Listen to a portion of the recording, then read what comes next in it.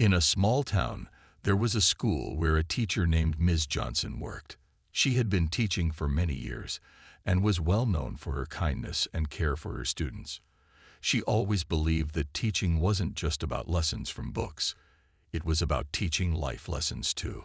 One cold winter morning, Ms. Johnson was walking down the hallway when she noticed one of her students, 10-year-old Tyler, struggling to walk. Its shoes were torn, and it looked like they couldn't protect his feet from the cold weather. Ms. Johnson had always noticed that Tyler didn't have much. His clothes were never the newest or the nicest, but Tyler was one of the hardest working students she had. He always did his best, no matter what. As Ms. Johnson watched him slowly walk by, she felt a tug at her heart. She had heard that Tyler's family didn't have much money. They struggled to get by, and it was clear Tyler was missing the things that most kids took for granted, like warm clothes and good shoes. Ms. Johnson could tell he was embarrassed about his worn-out shoes, trying to hide them as he walked, but there was nothing he could do. His family couldn't afford to buy him new ones. That day, Ms. Johnson couldn't stop thinking about Tyler. She knew that a new pair of boots could change his life, even if just for a little while. It would protect him from the winter cold and give him something to be proud of. But more than that, it would show him that someone cared about him. The next day after school, Ms. Johnson made a decision. She didn't have much money herself, but she knew she couldn't just stand by. She went to the store after work and bought a pair of sturdy, warm boots. They were just the right size, and she could already picture Tyler's face when he saw them. Ms. Johnson wrapped the boots carefully, thinking about how this small act could make a big difference in his life. She planned to surprise Tyler the next morning. As she walked into her classroom, she noticed Tyler sitting at his desk, staring down at his shoes, looking a little sad. Ms. Johnson smiled softly and walked over to his desk. She crouched down beside him and handed him the gift, wrapped with care. "Tyler," she said, "I've got something for you." Tyler's eyes widened as he slowly opened the wrapping paper. When he saw the boots, his face lit up. He couldn't believe it. It wasn't just a pair of shoes. It was hope. Hope that maybe, just maybe, things could get better. "Thank you, Ms. Johnson," Tyler whispered, his voice shaking with surprise and gratitude. "You don't know how much this means to me." Ms. Johnson's heart swelled with pride. It wasn't the boots that made her feel good. It was seeing the joy and relief in Tyler's eyes. She knew she had done the right thing, even if it seemed small to others. It was a simple gift, but to Tyler, it meant the world. Little did Ms. Johnson know, this simple act of kindness would change her life in ways she could never have imagined. The next morning, Ms. Johnson arrived at school early, excited to see Tyler's reaction to the boots. She couldn't wait to see him smile as he put them on. As she walked into the classroom, she spotted Tyler already sitting at his desk. His head was down, but when he noticed her, he looked up and smiled, his new boots shining in the sunlight that streamed through the window. "Thank you so much, Ms. Johnson," he said, his voice full of joy. "I can't believe you got me these." Ms. Johnson smiled, feeling proud of her decision. She knew that Tyler would be more comfortable and confident now, and that meant everything to her. But just as she was about to return to her desk, the door to the classroom opened. The principal, Mr. Roberts, walked in with a serious expression on his face. He was a tall, strict man with a reputation for being tough on the staff and students. Ms. Johnson hadn't seen him smile in a long time. "Ms. Johnson," he said in a low voice, "could I speak with you for a moment?" Ms. Johnson's heart sank. She had a feeling something wasn't quite right, but she followed him outside into the hallway, keeping a calm face. Once they were outside, Mr. Roberts didn't waste any time. "I saw what you did for that student, Tyler," he began, his voice stern. "Buying him new boots. That was a kind gesture, yes, but it was out of line." Ms. Johnson's mind raced. "Out of line?" she asked, trying to stay calm. "What do you mean?" "I just wanted to help him. He needed those boots." "I understand your intentions," Mr. Roberts replied, crossing his arms. But you don't have the authority to spend your own money on students. It's against school policy. And honestly, we don't want to create a situation where other students think they can ask teachers for gifts. It sets a bad precedent. Ms. Johnson felt her stomach tighten. I didn't buy them for any other reason than to help him, she said softly. He needed them, and I knew I could make a difference. I understand, he said, but his face didn't soften. But you still broke the rules. This kind of thing cannot happen again. We can't allow teachers to give gifts to students, even if it's for a good cause. Ms. Johnson felt a wave of frustration. She had done something she believed in, something she thought was right, and now she was being told it was wrong. She had helped a child who needed it most, and yet the rules were more important than the impact she had made. Mr. Roberts, she began carefully, I only did this because I knew Tyler needed help. It wasn't about rules. It was about making a difference in his life. Enough, he said, his voice growing firmer. I've made my decision. This is a warning. Do not do this again. Ms. Johnson nodded slowly, trying to hide her disappointment. She couldn't understand how something so simple and good could be seen as wrong. The conversation ended there, but as she walked back into her classroom, Ms. Johnson couldn't shake the feeling that something wasn't right. She had followed her heart, but now it seemed like she was being punished for it. Little did she know, her decision to help Tyler was about to lead her down a much more difficult path, one that would bring attention to the very heart of her actions, and the injustice that would follow. The rest of the day passed slowly for Ms. Johnson. She couldn't stop thinking about the conversation with Principal Roberts. His words echoed in her mind. You broke the rules. She had never felt so conflicted before. All she wanted to do was help a student in need. But now, it seemed like her good intentions had been misunderstood. By the end of the day, she still hadn't spoken to Tyler, but she knew he was grateful. His face had lit up when he saw the boots, and that was enough for her. But in the back of her mind, she couldn't ignore the unease that was building. She tried to push it away as she packed her things to leave the school, but something inside told her that her actions had set off something bigger than she had expected. The next morning, she walked into the school with a heavy heart. As she passed by the principal's office, she saw Principal Roberts standing at the door, watching her. When he saw her, he didn't smile. His eyes were serious, and his face was tight with frustration. Ms. Johnson took a deep breath, preparing for what was coming next. Ms. Johnson, he said coldly as she entered his office, I need to talk to you. She stood in front of him, trying to remain calm. What's going on, Mr. Roberts? You've caused a problem, he replied, his voice stern. We've received complaints from other teachers and even parents. They're saying it's inappropriate for a teacher to buy gifts for a student. It's created a stir. Ms. Johnson's heart dropped. But I didn't do it for attention. I just wanted to help Tyler. I understand that, Principal Roberts said, but your actions are creating issues. And now I'm forced to take action. He paused for a moment, as if collecting his thoughts. Then he dropped the bombshell. I'm afraid I have no choice but to let you go, Ms. Johnson. The words hit her like a punch in the stomach. She could hardly believe what she was hearing. Fired for helping a child. Fired, she repeated, her voice barely a whisper. But I did nothing wrong. You broke school policy, he said, not showing any sign of sympathy. And this has caused too much of a disturbance. We can't have teachers stepping outside of the rules. Ms. Johnson's mind was spinning. She had worked at this school for years, dedicated her time to her students, and now, just because she had tried to do something kind for one child, she was being fired. It felt unreal. I don't understand, she said, trying to keep her voice steady. I thought helping Tyler was the right thing to do. It was, Principal Roberts said, his voice softer for a moment. But the rules are the rules, Ms. Johnson, and they can't be broken. As the conversation ended, Ms. Johnson left his office, feeling numb. She walked out of the school building, not sure what to do next.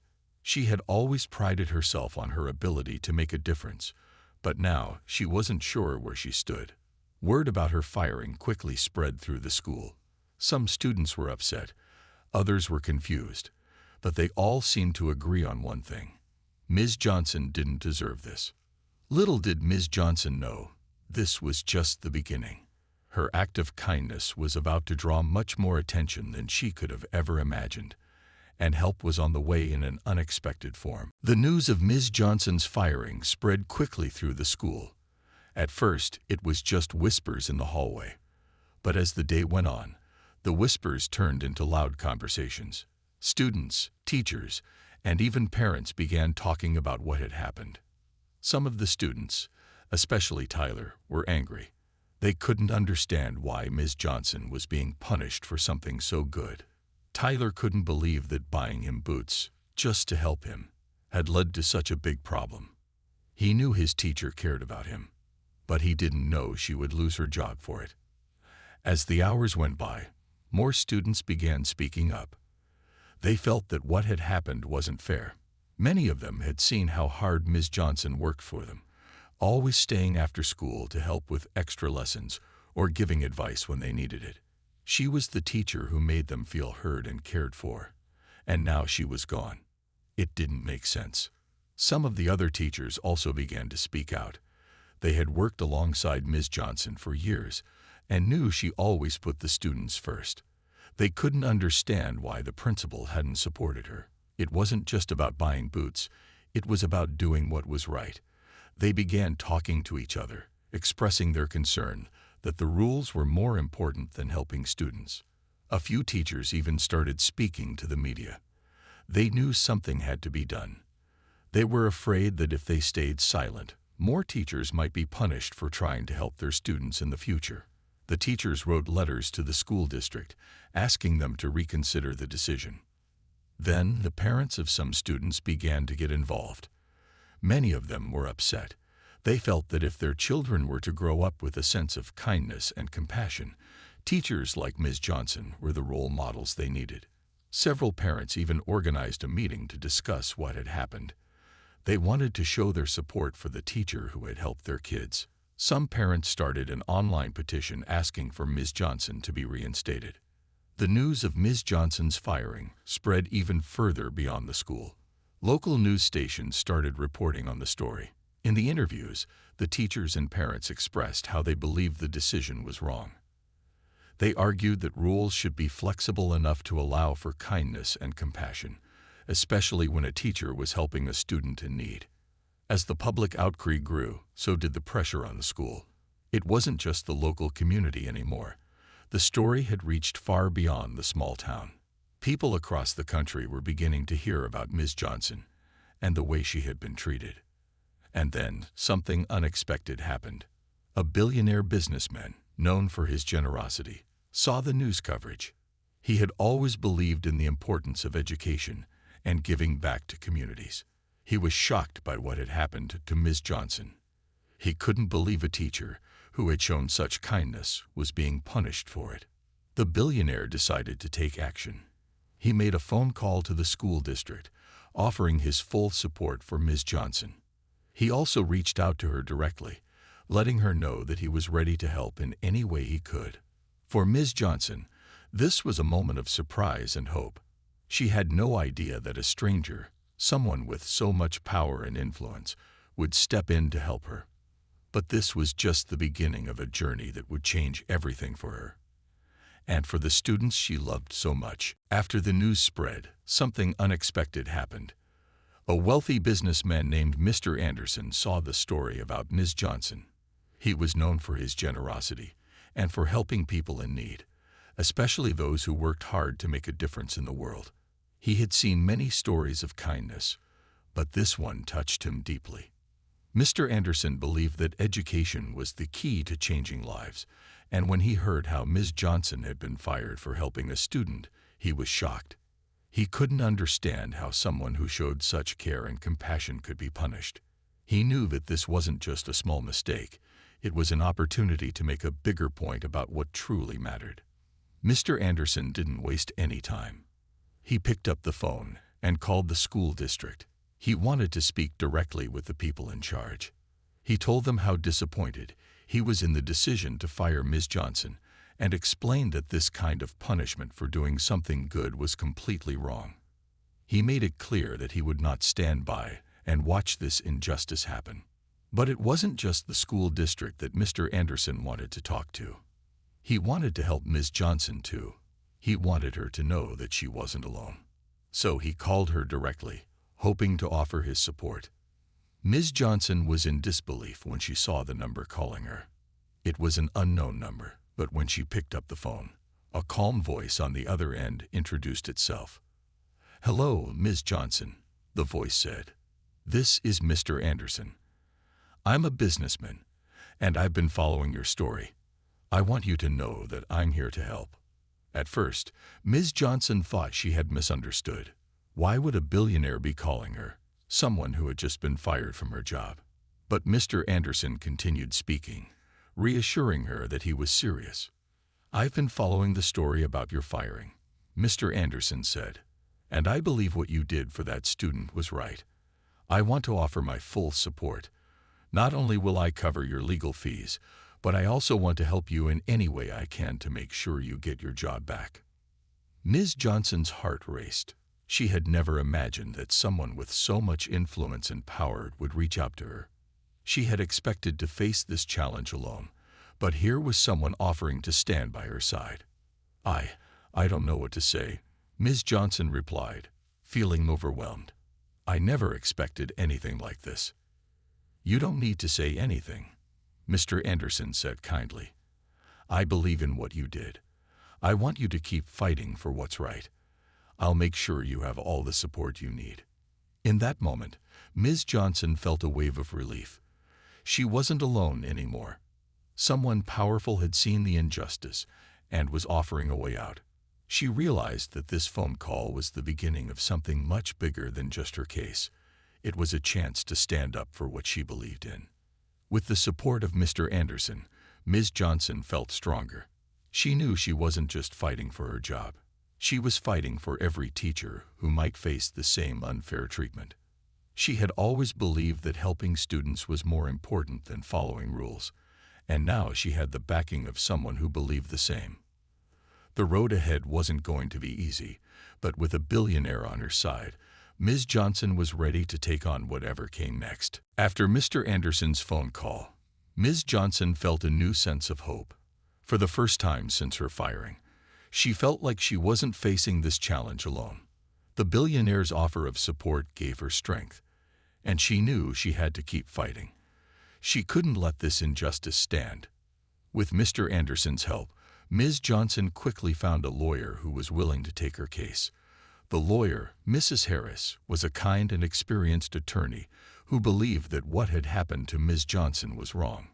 She agreed to take the case and fight for Ms. Johnson's reinstatement.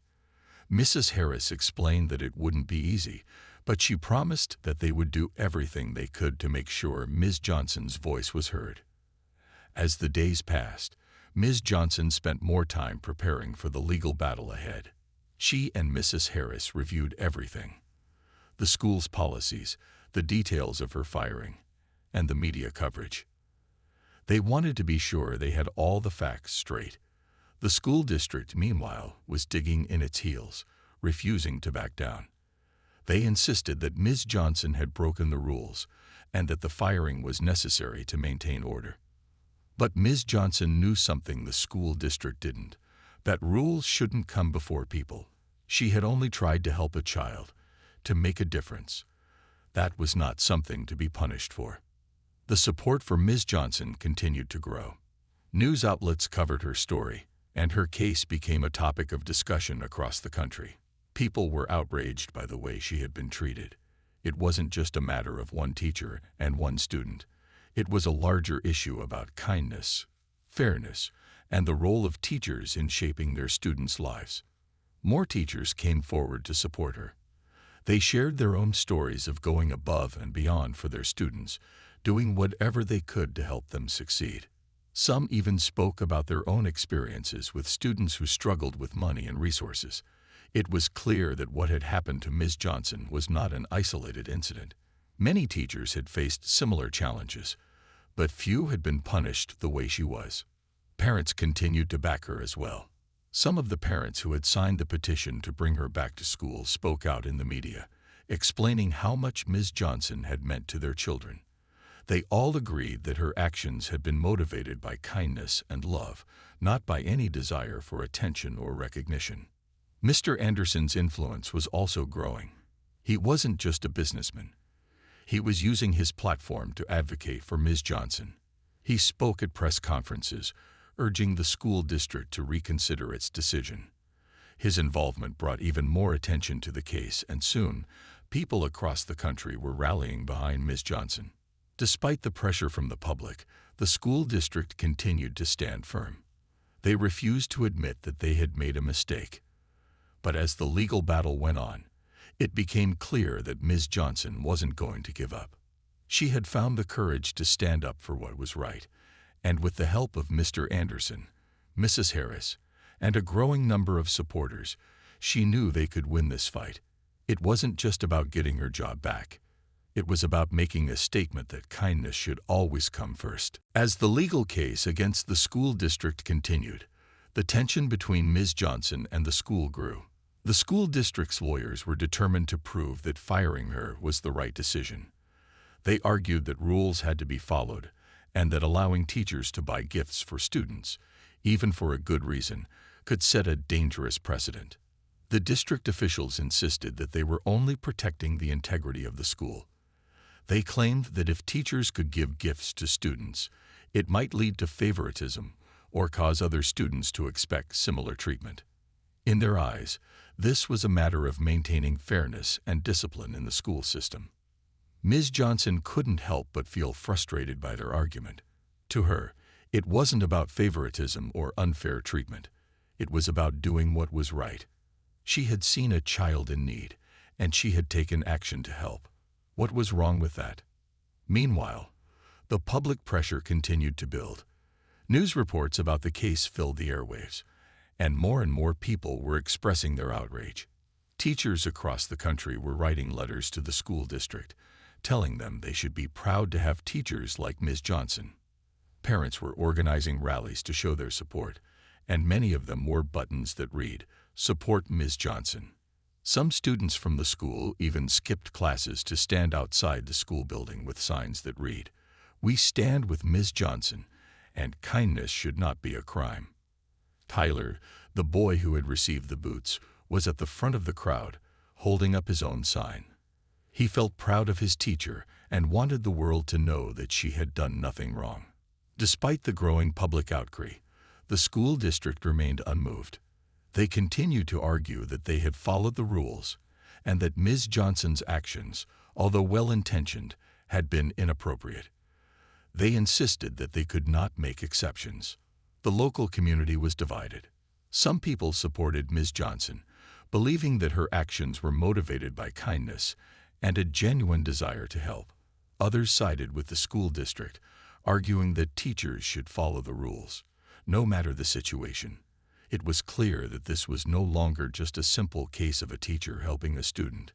It had turned into a larger debate about the role of teachers and the importance of following rules. At the same time, the pressure from Mr. Anderson, the billionaire who had supported Ms. Johnson from the beginning, was growing stronger. He had continued to speak out in her defense, both in the media and directly to the school district. He even wrote an open letter to the school board, calling on them to reconsider their decision. He offered to fund any changes needed to help the school provide better resources to students in need, so teachers wouldn't feel the need to go outside the system to help. Despite all of this, the school district refused to budge. They were convinced they had done the right thing, and they didn't want to set a precedent that could challenge their authority. Ms. Johnson, on the other hand, was not going to give up. She knew that what she had done was right, and she was ready to keep fighting. She had always believed that standing up for what was right was more important than following rules that didn't make sense. She felt stronger than ever, with the support of her community, her lawyer, and Mr. Anderson behind her. She knew the battle was far from over, but she was more determined than ever to keep fighting for what she believed in. The day of the trial arrived, and the atmosphere in the courtroom was tense. Ms. Johnson sat in the front row, her hands nervously folded in her lap. She had never imagined that a simple act of kindness would lead to this, yet here she was, fighting for her job and for the right to continue doing what she loved: teaching. Her lawyer, Mrs. Harris, stood beside her, ready to present their case. The school district's lawyers were also there, preparing to defend their decision to fire Ms. Johnson. It was clear that both sides were determined to win. The courtroom was filled with people who had come to support Ms. Johnson: teachers, parents, and even some of her students. They filled the benches in the back, hoping that their presence would make a difference. Tyler, the student who had received the boots, was there too, sitting quietly with his mother. He still couldn't believe his teacher had been fired just for trying to help him. As the trial began, Mrs. Harris stood up to make her opening statement. She spoke confidently, her voice clear and strong. "Your Honor," she began, "this case is about more than just a teacher helping a student. It's about what it means to be a good teacher. Ms. Johnson has spent her career going above and beyond to help her students. When she saw that one of her students, Tyler, needed something as simple as a pair of boots to stay warm, she acted. She did not break any law, nor did she do anything that would harm the school. All she did was show kindness. We ask that you consider her actions and the positive impact they had on her student's life." The school district's lawyers were quick to respond. They argued that the rules were clear. They claimed that Ms. Johnson had stepped outside her role as a teacher and made a decision that, while well-meaning, was against the school's policies.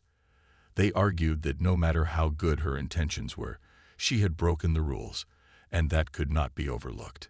But as the trial continued, it became clear that the school's argument was not as strong as they had hoped. Mrs. Harris presented evidence that showed Ms. Johnson had always been a dedicated and caring teacher, willing to do whatever it took to help her students. She also called several teachers to the stand, each one sharing stories of how Ms. Johnson had gone above and beyond to support her students, even when the school couldn't provide the resources they needed. One by one, parents spoke up, praising Ms. Johnson for her hard work and commitment to their children. They explained how much she had helped their kids, not just in the classroom, but also outside of it. Her kindness had made a real difference in their lives. The turning point came when Tyler, the student who had received the boots, was called to testify. He stood up in front of the courtroom, looking a little nervous but determined. He spoke clearly as he explained what had happened when Ms. Johnson gave him the boots. "She didn't have to do it," Tyler said, "but she saw that I needed help, and she just helped. She's the kind of teacher who cares about us, not just our grades. She helped me when no one else could. I don't know what I would have done without her." The room went silent. It was clear that Tyler's words had a powerful effect on everyone present. It wasn't just about the boots. It was about a teacher who cared enough to make a difference in a child's life. As the trial came to a close, Mrs. Harris made her final argument. What Ms. Johnson did was not about breaking the rules. It was about doing what's right. Every day, teachers are asked to make difficult decisions, and sometimes those decisions might not fit perfectly into a rulebook. But it's our job to care for our students. That's what Ms. Johnson did. The courtroom waited as the judge left to make her decision. Ms. Johnson sat quietly, her heart pounding in her chest. She didn't know what the outcome would be, but she knew one thing for sure. She had fought for what was right. The courtroom was silent as everyone waited for the judge to return. Ms. Johnson sat in her seat, her hands clasped tightly together. She had fought hard for what she believed in, but now it was out of her hands. All she could do was wait for the judge's decision. The minutes felt like hours. Finally, the judge returned to her seat and spoke. "After carefully considering the evidence and hearing from both sides, I have come to a decision," the judge began. "Ms. Johnson, I find that you acted with the best of intentions. Your actions, while not in line with the school's policy, were done out of kindness and care for your student. I believe that no teacher should be punished for trying to help a child in need." Ms. Johnson's heart skipped a beat. Could it be? Was she going to win? The judge continued, "Therefore, I am ordering the school district to reinstate Ms. Johnson to her position as a teacher. The firing will be reversed, and she will receive full compensation for the time she was unjustly dismissed. The school district must also review its policies regarding how teachers can support students in need to ensure that kindness and compassion are never discouraged."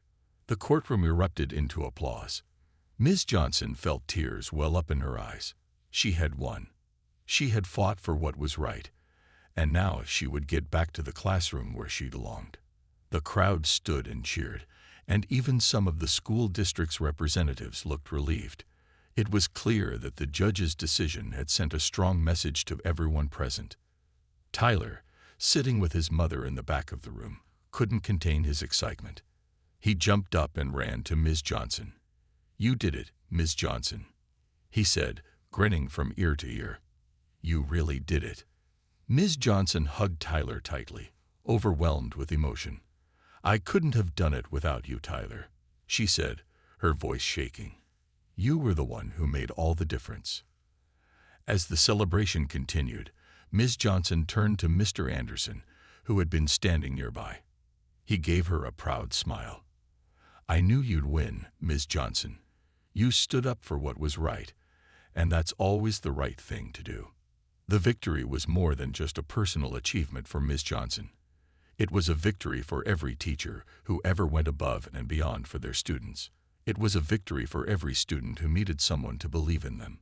And it was a victory for kindness, compassion, and doing the right thing, even when the rules didn't seem to support it. In the days that followed, Ms. Johnson was welcomed back to the school with open arms. The students were thrilled to have her back, and many of them expressed their gratitude for the lesson she had taught them.